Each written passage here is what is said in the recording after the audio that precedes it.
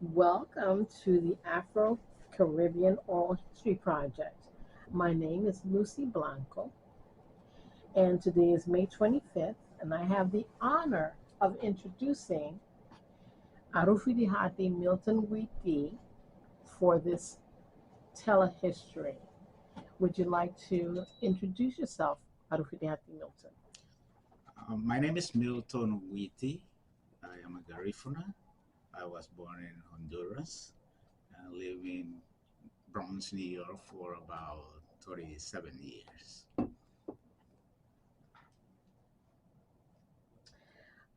What is it about Corozal that brings great memories to you? What is your experience of being in Corozal? Well, I have to go back to my childhood. Mhm. Those beautiful years that everything was done in company of friends, family, and all the activities where you were not doing things by yourself. It's like they say it takes a whole village to raise a child. And then I experienced that one back home, where since the beginning of the day, the family was there together. If doesn't matter what chores need to be done, you were all there to go with someone, do this, barubay bamule, Mhm. bring your brother, could be younger brother, older brother. So you were not going to the farm, basically. That was the base of life by yourself. So when you go back, your friends were waiting for you all the time to Mhm. continue doing, playing or doing any other things in the community. I see. What kind of games do you remember that you played as a kid? Well, football, Uh-huh. like they say in English, soccer. Yeah. Okay, that was one of the main things. We have my grandfather always have a nice place for us to play, and then I have memory of my friends, playing near the beach, and we had a good time, all the time. Being a child in the Garifuna community is so unique. Mhm. You don't think about no problems, just having fun with your friends. At the same times, having the respect for the elders. Yes, yes. What do you remember of what your family taught you about the Garifuna culture? Well, back home, uh, there is no too much talking about it because you live in there in the environment. It's like this that is your life. That is real life. There is no general topic to talk about it, like per se in the school that you need instruction to follow. You know, basically, you just go by the events that happen in the community. If if somebody pass away, there are certain type of protocol that need to be followed. The children were not allowed to be in the part of the dances when is when they are remembering or celebrating the life of that person that passed away. Okay, children were not allowed in there. The family has to be there, but other outsiders of the family, the children were not allowed to be dancing in that ceremony. They call it Bangi di Opunta. This is a way to say goodbye to the deceased person. It used to be like that, and so things like that, we were aware how to follow them. When the festivity comes, there were a festivity that children were not participating. You have to wait until you reach certain age to be part of different type of celebrations. Mhm. What did they teach you about those traditions as you were growing up? Well, the traditions we learn that we have to preserve them, we have to keep them. because those traditions define your society, define you as a Garifuna, that you have different culture than the rest of the country.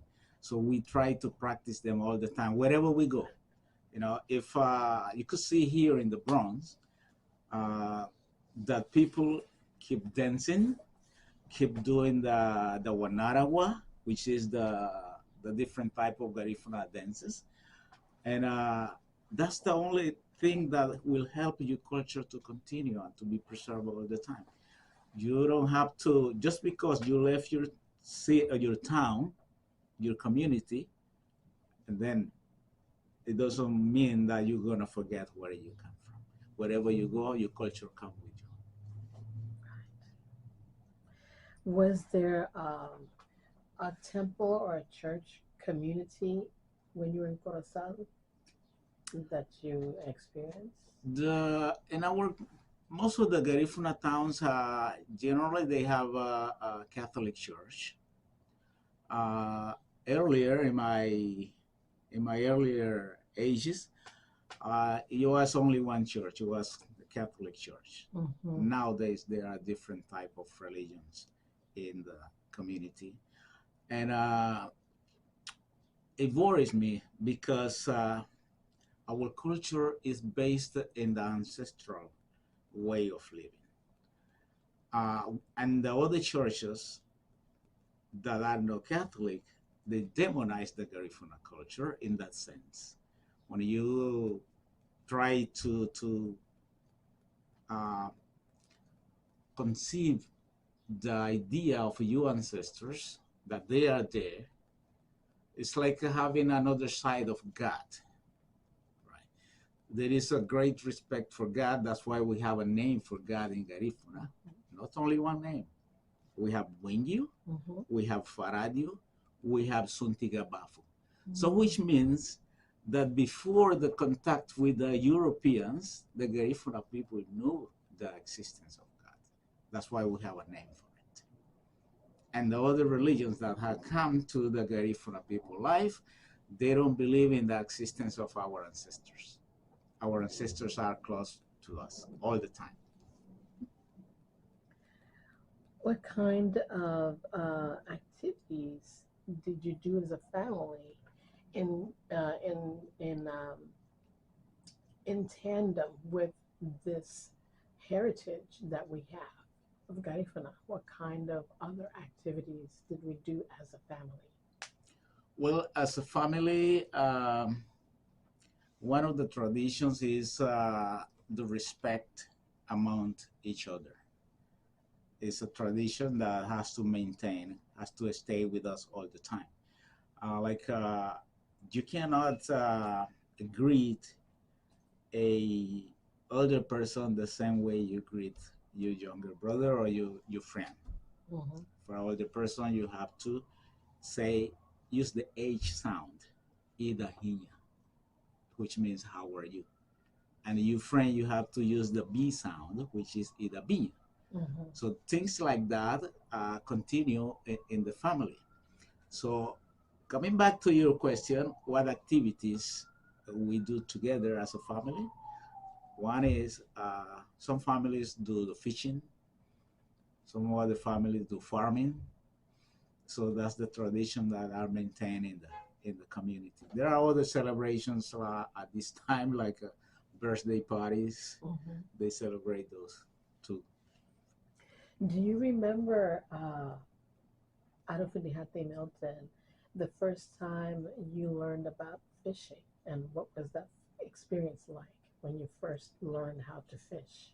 Well, as a child, you get together with your friends, right? You get the cord, and then you go along the beach to see if you can get some fish. It's something beautiful that you see that is part of you, part of your life. You don't think that is a way to survive because it's a normal way to exist in there.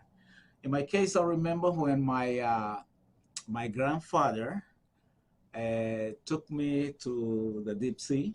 Mm. Yeah, he did it one time. He said, "Okay, you have to learn how to fish," and then he took me and my uncle He was his younger son. You know, we were all the way inside the ocean. I didn't use the pallet. It was Mhm. him. He used the pallet with us. It took us like maybe half an hour deep in the ocean, and then we tried to fish some. I don't remember if we caught some fish or no, but it was an experience that lived with me up to today. If I had chose to be a fisher, that could have been the initiation of Mm, my fishing life. beautiful. Can you recall what kinds of foods you like to eat? Well, one of them is hudutu. Ah, oh yes. Yeah, I like hudutu, which is made out of plantains. Mhm. You mash the plantains, and Sure. then it's accompanied with sometimes majority of time is seafood. Mhm. You know, could be fish, conch, sometimes shrimp, and with coconut milk. It is one of the most loved Garifuna dishes. We have another ones like darasa, Mhm. which is made out of banana. You mash the banana too, and then with the same coconut milk. Mhm. You know, it's most of the Garifuna food is based on coconut milk, and I was so sad when all the coconuts were dried in along the Honduras eastern coast. Wow. Yeah, it was a traumatic experience for the Garifuna community. What led you to migrate to the Bronx? Well, uh, honestly, I wasn't even planning to come to the U.S. because I was working with Honduras government in the early '80s, but I got married, and then my mother-in-law applied for my wife, and then by the time she got the acceptance as a resident in the United States, we were already married. As you cannot stay far away from your family, so I had to come. Oh I wow. had to come with my family. So what was that experience like when you came with your family? What was that experience feel like? Well, it's an experience that I still remember today, coming to the Bronx and then seeing the way of the buildings in the city. Mhm. Most of the buildings were destroyed. And then I used to look around. I asked myself, this is the city where I'm going to live. Mhm. It was, honestly, I didn't like it at the beginning. But I am with my family. I have to find a way in the Bronx. But thank God the city has developed a lot and then it's a pleasant place to live these days. But at the beginning, it took me back to the way I was living in Tegucigalpa, Mm. right? Because I was, as I said, I was working with the government, and then I was attending university in Tegucigalpa, the UNASH, and then it's it gave me like some way of trauma. Uh, Coming to some place that I was seeing as a good place to live, and then the way I was developing myself for the future, and then coming to the Bronx and starting again, because you Mm. come here, even I knew how to speak English, but to start from zero again, it was the other way. You have to prepare myself. I had to prepare myself, what kind of life I'm going to have, which way I'm going to go with my family. Mhm. What kind of work did you end up doing? At the beginning, by based on recommendations of my friends, I work as a messenger first in the Bronx. I mean, in Manhattan, as a messenger, and then I had to those years. you have to deliver mail from office to office. Then I said, okay, let me try this one, and then it's gonna be a nice way to see the city, know the city. And then after this, there I work in a recycling place in New Jersey. I had to travel to New Jersey almost every day to work in a recycling place. And then after that, you meet more people, and then you find another places to work, like in the buildings, cleaning system of the buildings. I worked in Riverdale, and then from there I moved to New Orleans. I stayed in New Orleans for 2 years, and I work in the tourist industry in New Orleans. And then I started teaching Garifuna to the children in my neighborhood in there. Did you enjoy your time in New Orleans? Well, I could say When did that happen? that happened in 1997, right after the commemoration of the bicentennial of the Garifuna nation in Honduras. And then I moved to New Orleans, and then I stayed there for 2 years. Wow. It was hard for me to adapt myself to the way of life in New Orleans. It was New Orleans is in the south of the United States, and then I came to the north of the United States. I saw so many things that I didn't like it, and then I couldn't adapt to the way of life in the south, and then I came back to New York. What in particular did you not like? Well, the instabilities in the jobs, some places in New Orleans where the underpay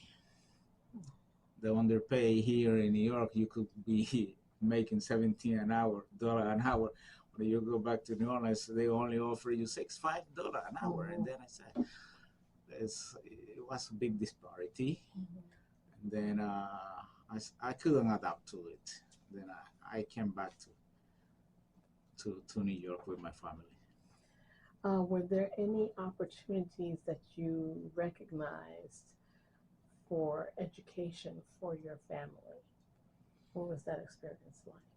Well, here in New York, as my wife was a teacher in Honduras, and then I told her, as we already had 2 children, so what we're gonna do, you're gonna go back to the university, to college, while I take care of the children at night, because we were both working daytime. And then we have to learn how to manage our time. Okay, you go back to college, and then you graduate, and then after you graduate, and then I will go. That's how we did it. Were you aware of the politics of the new city that you were living in the Bronx? Not really. I wasn't following the politics, just trying to make my ends meet, like they say. And then that was most of the time I was worried about my children, about my family, how to protect them, to be with them all the time, try to guide them for the best way I could.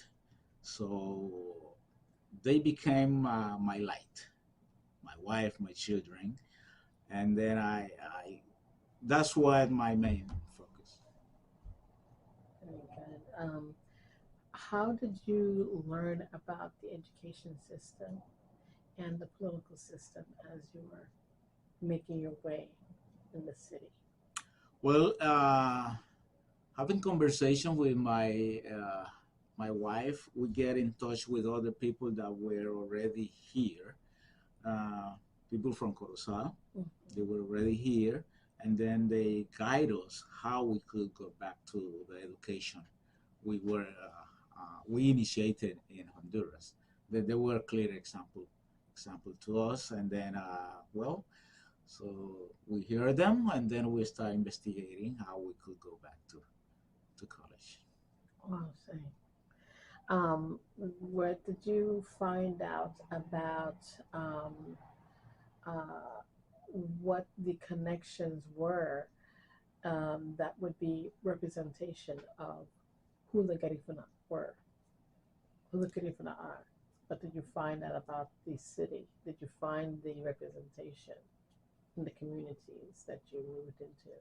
There were some organizations, but I was not, at that time, I was only working or staying with my local organization, was the organization from Corozal. Mhm. And then I saw that organization as the first representation I had in New York City. But talking about in general of the Garifuna people, the event that marked the Garifuna people was the one, the social club, the burning of social club Happyland. Mhm. That was, I think, in 1990, maybe in the early 90s. Mhm. And then that's the one, that's the event that spread the knowledge of the Garifuna people in New York, basically maybe in United States, Mhm.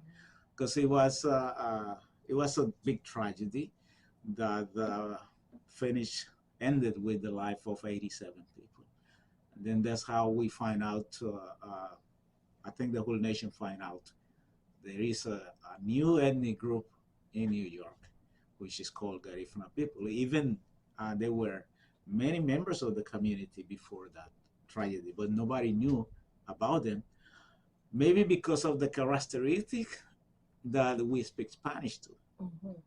Then everybody think that instead of having an ethnic group, very well defined ethnic group, everybody used to tell or saying, no, they are Spanish too, you know. Mhm. So the name of Garifuna came after that incident. That's very compelling stories about that experience. Uh, do you remember being more empowered to find out more about what was available for you as a Garifuna citizen? Garifuna, you're not a Garifuna American, you're a Garifuna, uh, you, are you a U.S. citizen or are you Garifuna American or both? How do you define it for yourself? First, I define myself as a Garifuna. Mhm. You know, wherever I go, that's my first flag. I'm Garifuna. Mhm. This is my ethnic group.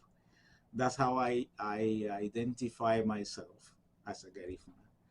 And I live in United States. I am American citizen too, and I am from Honduras. And that duality of they call it double nationality Mhm. is allowed us now to share both nations with all respect to the nation that has adopted us.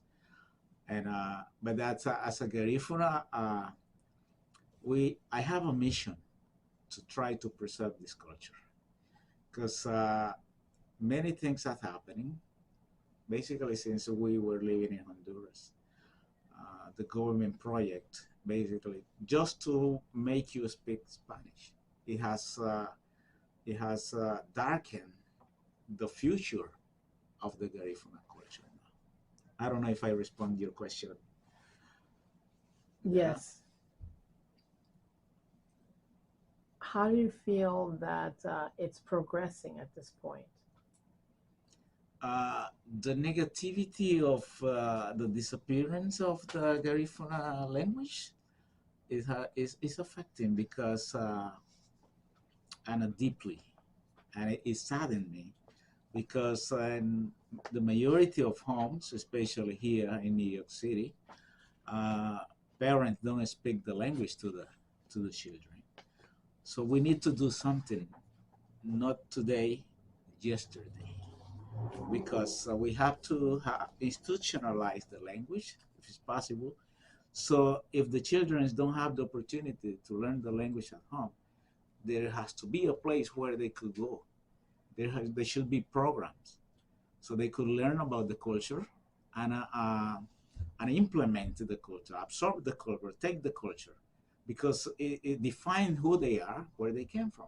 It doesn't matter what society they live in, because there should be a place where a child, if he decide, I want to know, I like the beat of that drum, so where I could go and learn how to play it.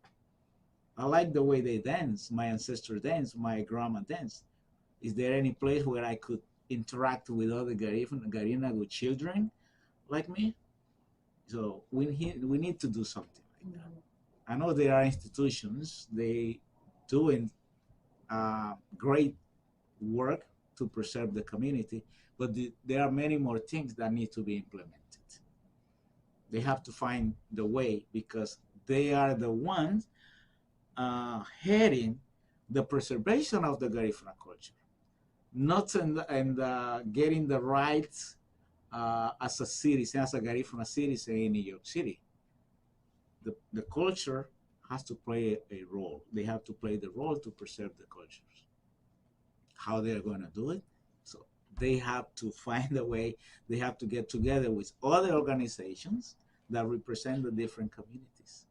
I think the legacy, the ancestral legacy of the Garifuna culture is to stay together. We might not think the same way, but there is something in there that our ancestors left that we have to preserve. And working together and treating each other like a brother, like a sibling, that's how we have, that's why in all the Garifuna communities, sometimes we don't even know the name of the people. Why?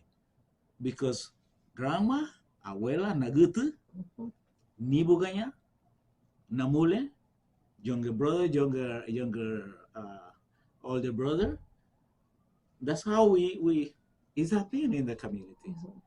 In my recent time in Honduras, I went to the communities far away from the city. Since I reached in there, what you hear is Garifuna, the language, still 100% in there. So the city, the towns near the city, there is a tendency of disappearing, just like the phenomenon here in the Bronx. So you ask the children in my town, Corozal, y la mía, bien gracias. They respond in Spanish. Oh, wow. So there is a work need to be done to get back our culture. So it's our responsibility as a nation to do that. So what led you to start teaching Garifuna language? Well, as a class? One of the things that led me to do that is because my children, I have to teach my children my language. At least they have to know how to respond to the basic things. Would be nice if from day one we had teach them to speak the language at home. But I realized it, well, it's not late yet. I still have to do this. At least basically my kids, my son, they learn how to respond in Garifuna. And then that happened in New Orleans. And in the area where we were living, there were many more Garifuna families. And then in the afternoons after school time, I got them together, and then I started teaching them language. And then I remember when I met one of them here in the train in New York, and then he greeted me in Garifuna. And then I said to myself, I got paid for what I did. Because that's the idea, to mark the difference, in their life. And the point is, if you have the chance to learn a few words in the teaching, so why not continue at home with your parents? So if they didn't do it at the beginning, no, it's their chance to do it, because that child wants to know his culture, wants to know his language. So it's the time to get connected with the parents, to continue in the process of learning, because it's a process, especially if you didn't learn it in your childhood. Do you recognize, did you feel a difference in your children as they were learning the Garifuna culture and learning how to speak Garifuna, the difference in their being when they started connecting through learning through you, teaching you what the language was? With them, I didn't experience that. They open up. They open up to learn it. Even the neighbors, their neighbors, the children, they were happy to learn. They were happy to learn how to dance too, because in the school where they were attending, and one of the teachers find out about these children, that they have different culture than the rest of their classmates. And then she decided to do a project in the school, dedicate one day to these children to show their culture. And then one of my children was dancing Guanaragua.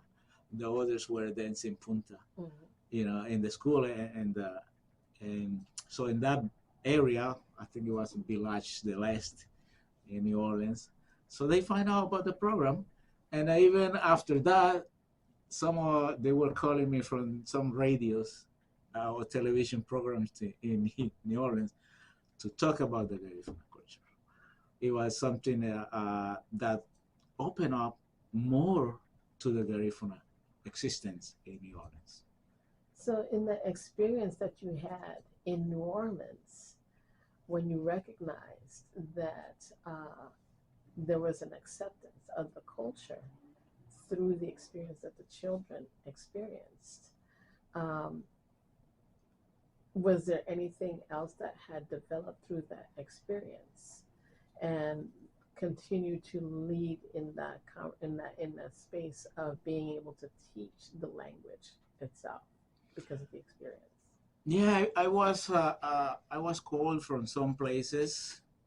I think there were more Garifuna events, took place in New Orleans, and they become stronger in the Catholic Church. They had masses in Garifuna, and more things kept on growing.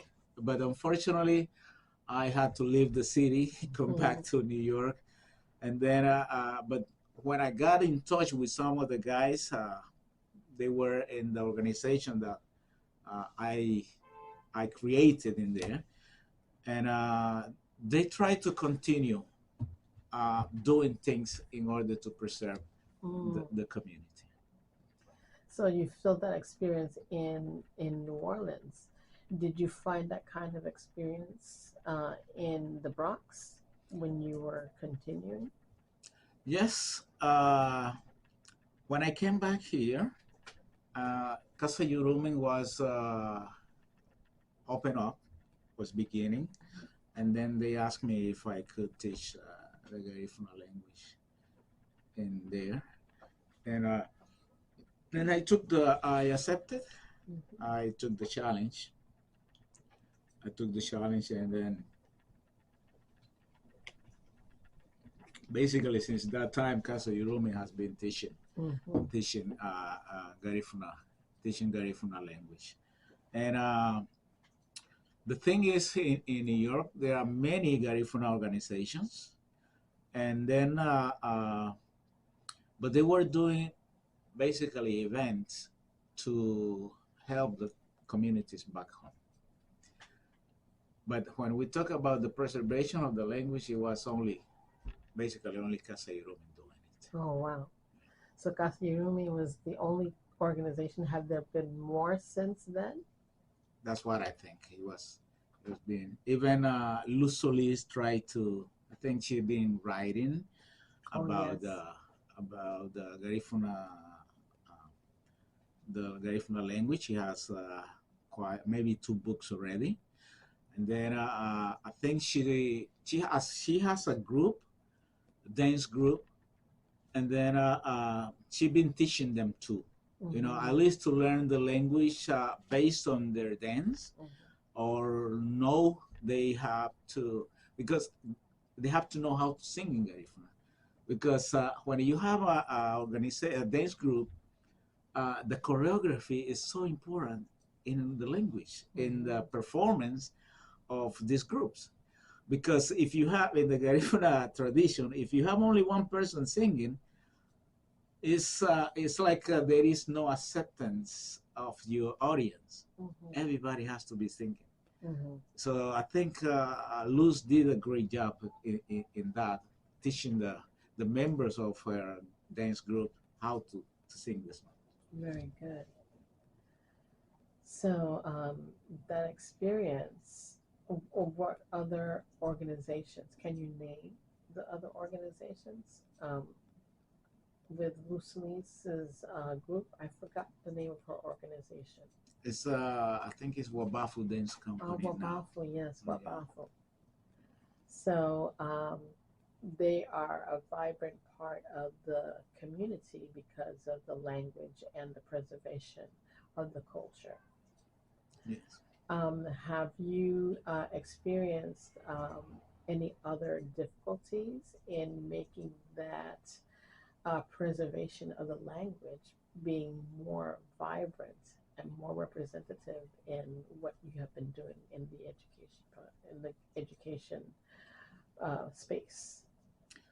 I think the difficulty is that it is only one place where you could have the opportunity to learn the Garifuna language. It's only Casa Yurumein.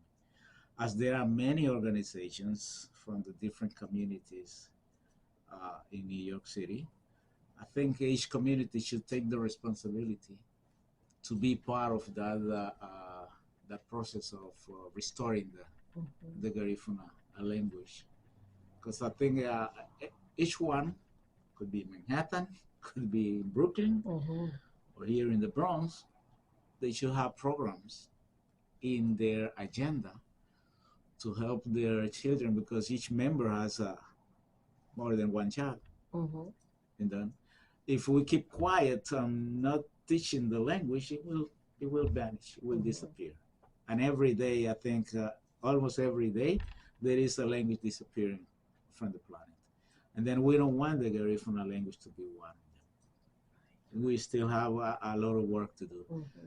The call is for all the organizations in New York City and in the United States to do their part in order to preserve the language, not to leave it only for Casa Yurumein.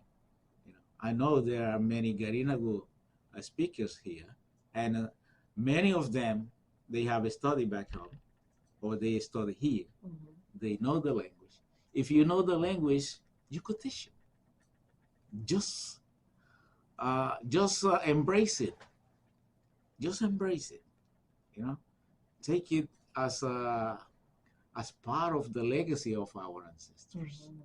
You know, this is your language. This is your identity, and it will help the children too to define, to know who they are. Because sometimes if they don't know who they are, they imitate another cultures. Sometimes they take them the wrong way.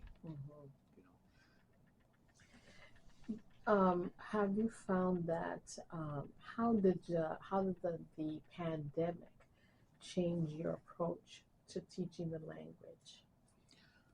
Well, and the advent, the technology and everything. How did that change everything with the pandemic? Yes. Before the pandemic, the classes were in Casa Yurumein, presentials, you know, going in person, right? And then when the pandemic came, everything changed completely. Thank God to the technology. And then I was able to continue with the teaching throughout Zoom, the program of Zoom. And then it didn't stop me, as personally, it didn't stop me. I was glad if even I was in Honduras, I had the chance to continue with the classes. And then, but the pandemic, is gone, supposedly gone, Mm-hmm. and then the classes are coming back to Casa Yurumein. But at the same time, I'm gonna continue with the classes online. Those who are living, out of the Bronx, they will have the chance to come to the class, enroll in the class online. Very good. Are you able to identify other organizations that can partner with you in the endeavor of teaching that language, expanding the base of access to students that have an interest in learning about Garifuna culture and language? At this point, I only have Casa Yurumein available, but we don't have to limit everything to Casa Yurumein because it is a big responsibility.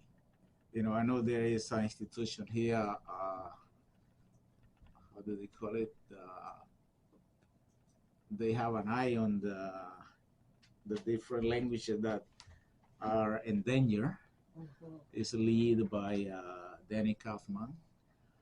And then that would be a good opportunity to have a dialogue with Danny, maybe Mm-hmm. through his organization can find another sources, so to make this project bigger, because being aware of the difficulty of life in the U.S., it is important to understand that the language could disappear.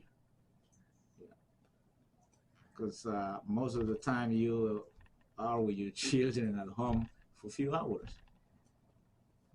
In what language do you speak to them at home? Mm-hmm. English or Spanish? So what about the Garifuna language? Why is now? So at the same time, we have to find another organizations that Mm-hmm. they could help.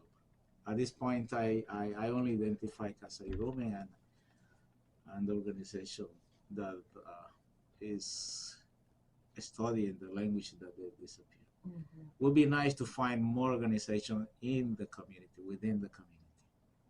Well, I think it's a job that we have to do too. How do you feel that the census will help the culture of the Garifuna community expand with the census? Oh, the census, I think one of the things that helped the identity of the Garifuna people were when everybody decide, no, I'm not gonna say I'm Spanish, I'm gonna say Garifuna. Mm-hmm. That was one of good things that happened throughout the census. So that sense of identity could go to another level. Right. If I say I am Garifuna, why I don't speak my language? Mm-hmm. Why I don't practice my culture? So it was a good point.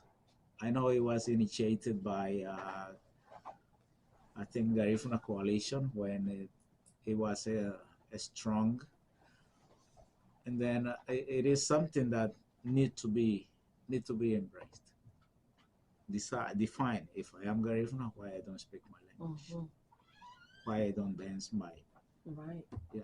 why I don't know the Garifuna national anthem, why I don't know Yurumein song.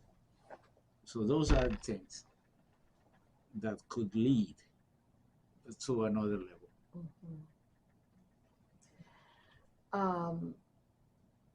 What does the Bronx mean to you? The Bronx means to me as a second home, my second country. Your second country? Yeah. Yeah, I could define it as my second country, and I've been living here for, beside the 2 years that I was in New Orleans, I've been like a 35 years here. My children grew up here, and then one of them is still living in the Bronx, and the Bronx for me is like even for me as a second country is the place that has opened up for many Garina people. Because it is said that after Honduras, the majority of the Garifuna people live in the Bronx. That's why during the summertime you see so many events full of Garifuna people.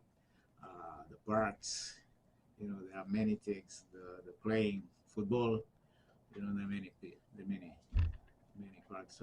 I identify myself completely with the Bronx as a second nation, hoping that the new generation that have come to the Bronx embrace the Bronx in the good way, in the positive way, as a place where many opportunities can happen to the new generation in the Bronx. Wow, that's an amazing history. Pastor, do you have any questions? Thank you so much, Arufudihati Milton. You have been very open and letting us learn about your history.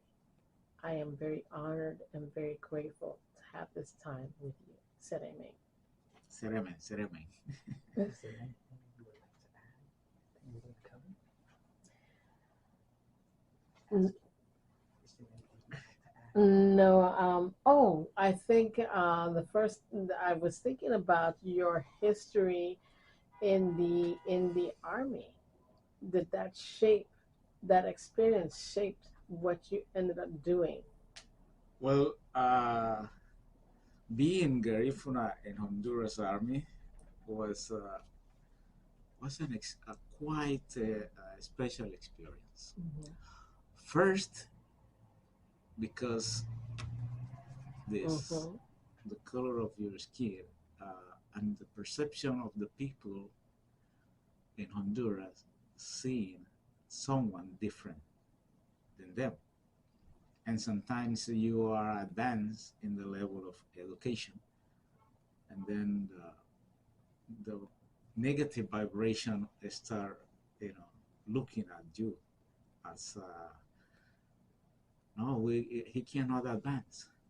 We have to be better than him first. Mm-hmm. That was one of the experience I had. There was always someone trying to stop the way I wanted to. I was developed, right? So even they always call you for this color, Mm-hmm. but you learn how to even deal with that situation. How? Teaching them how to respect you for who you are. At this point, I know they remember that education is always the base of the respect. I always tell them, no, this is who I am. So I am not this. Right. It was, imagine reaching or taken or kidnapped to the army at the age of 16. It was traumatic. Mm-hmm. It was, and then I think it was not only me saying it, because maybe my colleagues in the army didn't want to say it, but it happened. It was complete abuse. For there were no reason to punish you, but they were punishing you. It was the system like that. Did I accept it? No. Did I like it? No.